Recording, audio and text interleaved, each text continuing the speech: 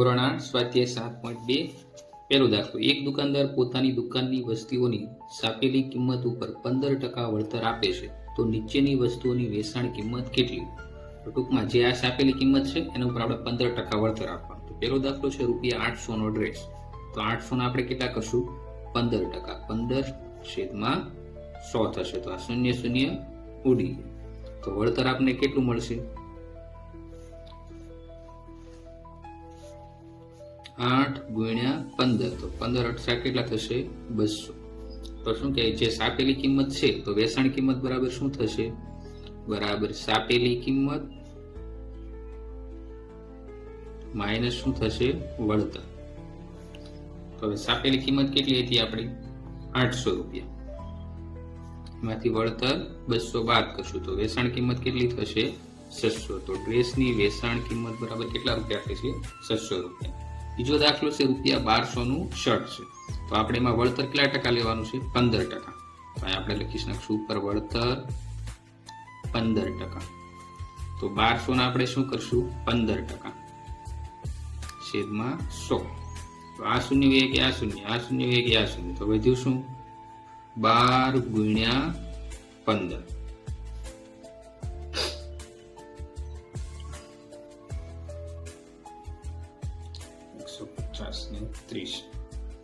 તો 12 × 15 કરશો એટલે તમને કેટલા મળશે? 170 રૂપિયા. તો વળતર બરાબર કેટલું થયું? 170 રૂપિયા. હવે વેચાણ કિંમત બરાબર શું થશે? વેચાણ કિંમત બરાબર સાપેલી કિંમત માઇનસ શું થશે? વળતર. તો સાપેલી કિંમત કેટલી હતી? 1200 રૂપિયા. એમાંથી આપણે કેટલા બાદ કરવાના છે? 170 રૂપિયા. આપને વેચાણ કિંમત કેટલી મળશે? 1030 રૂપિયા. એમાં ત્રીજો પ્રશ્ન છે 1800 નું પેન્ટ. તો એમાં આપણે વળતર કેટલું લેવાનું છે? 15% વળતર. તો આમાં શું લખશું આપણે? 1800 ના કેટલા ટકા કરશું? 15%. તો 1800 ના 15% છેદમાં 100. તો 0 વયા જશે. તો વધ્યું શું? 18 × 15. તો 18 × 15 કરશો તો તમને શું મળશે? 270 રૂપિયા. તો ₹270. તો એ શું થયું છે? આપણું વળતર. હવે આપણે વેચાણ કિંમત મેળવવાની છે. તો વેચાણ કિંમત બરાબર શું થશે? સાપેલી કિંમત માઇનસ શું થશે? વળતર. તો આપણે સાપેલી કિંમત પેન્ટની કેટલી હતી? 1800 રૂપિયા. માઇનસ વળતર આપણે કેટલો બાદ કરશો? 270 રૂપિયા. તો આ બેની બાદ બાકી કરશો તો તમને વેચાણ કિંમત કેટલી મળશે? 1530 રૂપિયા.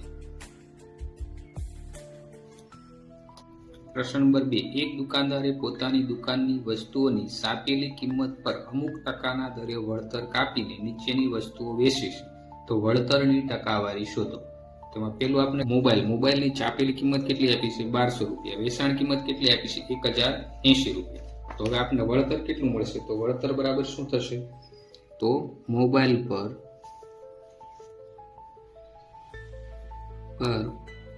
મળતું વળતર બરાબર શું થશે? સાપેલી કિંમત, આ સાકી એટલે સાપેલી કિંમત થશે, માઇનસ શું થશે? વેચાણ કિંમત. તો સાપેલી કિંમત કેટલી છે? 1200 રૂપિયા. વેચાણ કિંમત કેટલી છે? 1080 રૂપિયા. તો આપને વળતર કેટલા મળશે? 1200 માંથી 1080 બાદ કરશો તો વળતર બરાબર શું મળ્યું? ₹120 મળ્યું. હવે વળતરના ટકા મેળવવાના છે. શું કરવાના છે? વળતરના ટકા. આપને રકમમાં શું કીધું છે? કેટલા ટકા વળતર મળે? તો વળતરના ટકા બરાબર શું થશે? વળતર છેદમાં શું થશે? સાપેલી કિંમત ગુણ્યા શું આવશે? કેમ કે આપણે ટકા મેળવવાના છે એટલે ગુણ્યા શું થશે? 100 થશે. તો વળતર આપણે કેટલું મળ્યું છે? 120 મળ્યું. સાપેલી કિંમત આપણે કેટલી છે? 1200 છે. અને ગુણ્યા શું કરશું? આપણે 100 કરશું. તો 0 ઉડી ગયા. તો વધ્યું. હવે 120 ની જગ્યાએ આપણે 12 × 10 લખી શકીએ. તો 12 ઉડી ગયા. તો વધ્યું શું? 10%. તો મોબાઈલ ઉપર આપણે 10% વળતર મળી. બીજું આપણે શું કીધું છે? સ્કૂલ બેગની સાપેલી કિંમત 900 રૂપિયા છે. વેચાણ કિંમત 855. તો આપણે વળતર ટકામાં મેળવવાનું છે. તો પહેલા આપણે વળતર ગોતી લઈશું. તો વળતર બરાબર શું થશે? સાપેલી કિંમત માઇનસ શું કરવું પડશે? આપણે વેચાણ કિંમત. સાપેલી કિંમત આપણે કેટલી આપી છે? 900 રૂપિયા. વેચાણ કિંમત કેટલી છે? આપણે 855. તો શું થશે? આનું વળતર બરાબર કેટલા રૂપિયા થશે? 45 રૂપિયા. તો વળતર આપણે કેટલું મળ્યું છે? 45 રૂપિયા. હવે વળતરની ટકાવારી. વળતરની ટકાવારી બરાબર શું થશે? વળતર છેદમાં શું થશે? સાપેલી કિંમત ગુણ્યા 100. હવે વળતર કેટલું છે? 45 રૂપિયા. સાપેલી કિંમત કેટલી છે આપણી? 900 અને ગુણ્યા કેટલા થશે? 100, કેમ કે ટકા મેળવવાના છે. તો શૂન્ય શૂન્ય ઉડી ગયા. 9 પંચા 45. તો વળતર આપણે કેટલું મળ્યું? વળતર બરાબર 5%. તો સ્કૂલ બેગ પરનું વળતર બરાબર 5%. ત્યાર પછી ત્રીજો દાખલો, કેલ્ક્યુલેટરની છાપેલી કિંમત 600 રૂપિયા, વેચાણ કિંમત 528. તો વળતર બરાબર શું થશે?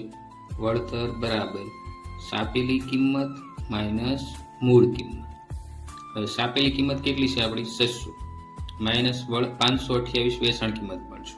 તો શું મળે છે? વળતર બરાબર 600 માંથી 528 કરશો એટલે કેટલા રૂપિયા મળશે? 72 રૂપિયા આપણું શું મળ્યું? વળતર મળ્યું. હવે વળતરના ટકા બરાબર વળતર છેદમાં શું આવશે? છાપેલી કિંમત. તો ગુણ્યા કેટલા આવશે? 100. તો વળતર આપણું કેટલું મળ્યું છે? 72 રૂપિયા. છાપેલી કિંમત કેટલી છે? 600 અને ગુણ્યા 100. હવે શૂન્ય શૂન્ય ઉડી ગયા. હવે 12 6 કેટલા થશે? 72. તો આપણે શું મળ્યું? કેલ્ક્યુલેટર ઉપર વળતર, કેલ્ક્યુલેટર પર વળતર 12% થયું. દાખલા નંબર 3. એક દુકાનદારે પોતાની દુકાનની વસ્તુઓની છાપેલી કિંમત પર ચોક્કસ ટકાના દરે વળતર કાપીને નીચેની વસ્તુઓ વેચી છે. તો વસ્તુની છાપેલી કિંમત શોધો. આપણે વસ્તુની છાપેલી કિંમત શોધવાની છે. પેલો દાખલો, ટેબલની વેચાણ કિંમત રૂપિયા 1584, વળતર 12%. તો છાપેલી કિંમત શોધો. તો આપણે આમાં માનો કે ધારી લઈએ, ધારો કે ટેબલની છાપેલી કિંમત 100 છે. હવે રૂપિયા 100 પર વળતર કેટલું મળે? જ્યારે છાપેલી કિંમત કેટલી હોય? છાપેલી કિંમત રૂપિયા 100 હોય તો વળતર કેટલું મળે? 12%, એટલે રૂપિયા 12 થઈ. તો હવે શું થશે? વેચાણ કિંમત બરાબર શું થશે? છાપેલી કિંમત માઇનસ વળતર. તો છાપેલી કિંમત આપણે કેટલી ધારી છે? 100 અને વળતર આપણે કેટલું છે? 12 રૂપિયા. તો કેટલું થશે વળતર આપણું? 88 રૂપિયા. રૂપિયા 88 શું થયું? વળતર છે. તો આપણે લખી શકીએ કે જ્યારે રૂપિયા 88 વેચાણ કિંમત હોય તો છાપેલી કિંમત કેટલી થશે? રૂપિયા 100. તો ઉપરથી આપણે જે મેળવી 88 રૂપિયા વેચાણ કિંમત હોય ત્યારે છાપેલી કિંમત કેટલી મળે છે? 100. તો આપણી પાસે વેચાણ કિંમત કેટલી છે? રૂપિયા 1584. તો રૂપિયા 1584 વેચાણ કિંમત હોય ત્યારે છાપેલી કિંમત કેટલી? તો આ બેનો શું થશે? ક્રોસ ગુણાકાર. બરાબર શું થશે? 1584 ગુણ્યા 100 અને છેદમાં કેટલા આવશે? 88. 88 ગુણ્યા 18 તો તમને શું મળશે? 1584. તો 88 વેગે તો શું હોય? તો 18 ગુણ્યા 100. તો 18 ગુણ્યા 100 એટલે શું થશે? 1800. તો આપણે વેચાણ કિંમત કેટલી થશે? રૂપિયા 1800. દાખલા નંબર 2. ખુરશીની વેચાણ કિંમત 2210 રૂપિયા, વળતર 15%. તો છાપેલી કિંમત કેટલી હશે?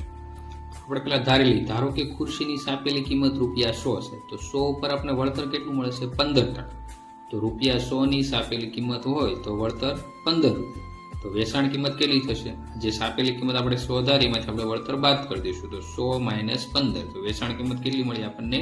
રૂપિયા 85. તો 100 ની છાપેલી કિંમત હતી ત્યારે વેચાણ કિંમત કેટલી થશે આપણી? 85. તો આપણે આવું લખી શકીએ કે રૂપિયા 85 વેચાણ કિંમત હોય ત્યારે છાપેલી કિંમત કેટલી થાય છે? 100 થાય. આપણે ખુરશીની વેચાણ કિંમત કેટલી આપી છે? 2210 રૂપિયા. તો 2210 વેચાણ કિંમત હોય ત્યારે છાપેલી કિંમત કેટલી? તો 2210 ગુણ્યા 100 અને છેદમાં કેટલા આવશે? 85. તો 85 ગુણ્યા 26 તમે કરો તો તમને 2210 મળે. આ નીચે 85 હતા તો 85 ઉડી ગયા. તો વધ્યું શું? 26 ગુણ્યા 100. તો 26 ગુણ્યા 100 કરશો એટલે તમને કેટલા મળશે? 2600 રૂપિયા. તો ખુરશીની છાપેલી કિંમત કેટલી મળી આપને? 2600 રૂપિયા. ત્રીજો દાખલો, ટીપોઈની વેચાણ કિંમત 1425 રૂપિયા છે, વળતર કેટલું મળે છે? 5%. તો આપણે છાપેલી કિંમત ગોતવાની છે. તો આપણે આગળના દાખલા કરીએ. ધારો કે ટીપોઈની વેચાણ કિંમત કેટલી છે? 100 ઉપર આપણને 5 રૂપિયા વળતર મળે, તો આપણે લખશું કે ₹100 ની વેચાણ કિંમત પર મળતું વળતર 5 રૂપિયા. તો સાપેલી કિંમત બરાબર શું થશે? વેચાણ કિંમત માઇનસ વળતર. વેચાણ કિંમત આપણે કેટલી ધારી? 100 અને વળતર 5. તો 100 માંથી 5 બાદ કરશો તો સાપેલી કિંમત તમને કેટલી મળી છે? 95 રૂપિયા. તો ₹95 વેચાણ કિંમત હોય તો સાપેલી કિંમત કેટલી થશે? 100. આપણે ધારેલી છે ને. તો આપણી વેચાણ કિંમત કેટલી હતી? 1425 રૂપિયા વેચાણ કિંમત હોય તો સાપેલી કિંમત કેટલી? તો આ બેનો ક્રોસ ગુણાકાર થશે 1425 ગુણ્યા 100 અને 95 છેદમાં. હવે 1425 ના છેદ કેમ મળશે? 95 ગુણ્યા તમે 15 કરશો તો તમને 1425 મળશે. તો 95 વયા ગયા તો વધ્યું શું? 95 15 ગુણ્યા 100. તો 15 ગુણ્યા 100 એટલે શું થશે? 1500 રૂપિયા.